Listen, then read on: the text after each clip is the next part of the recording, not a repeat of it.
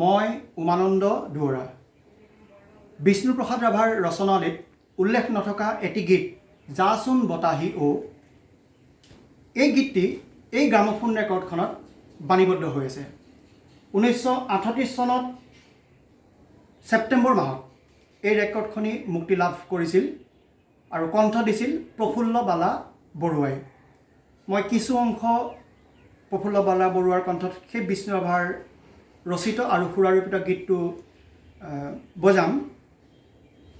কিন্তু 23 জুন তাৰিখে দীপালিমা দুৱৰা চলিহাৰ কণ্ঠত সম্পূৰ্ণ গীতটি আমাৰ YouTube channel Umananda gramophone record museum and research চেণ্টাৰত এই গীতটি সম্পূৰ্ণকৈ শুনিবলৈ পাব। আপোনালোকৰ সহযোগ বিচাৰিছোঁ। আৰু এই ৰেকৰ্ডখনিৰ উপৰঞ্চিও এই সংগ্ৰহালয়ত আছে প্ৰথম অসমীয়া গীতৰ 24 চনত বাণীবদ্ধ হোৱা সেই অসমীয়া গীতৰ প্ৰথম ৰেকৰ্ডখন।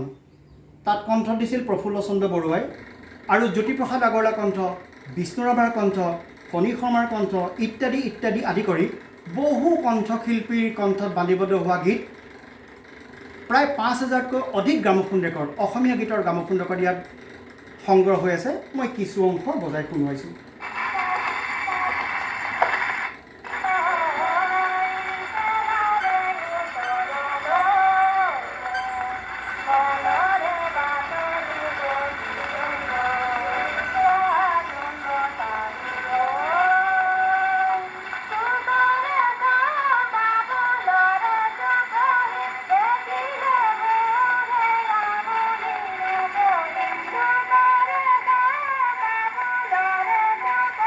সম্পূৰ্ণ গীতটি আমি 23 জুনলৈ অপেক্ষা কৰোঁ। এতিয়া এই গীতটিৰ মাত্ৰ দুটা শাৰী ময়ো কণ্ঠ দি ৰাভাদেৱলৈ যাচিছোঁ শ্ৰদ্ধাঞ্জলি। যাচোন বতাহী ও, চেনাইৰে ওচৰলৈ মোৰ, মনৰে বাতৰি কবিচোন, মনৰে বাতৰি কবিচোন, যাচোন বতাহী ও।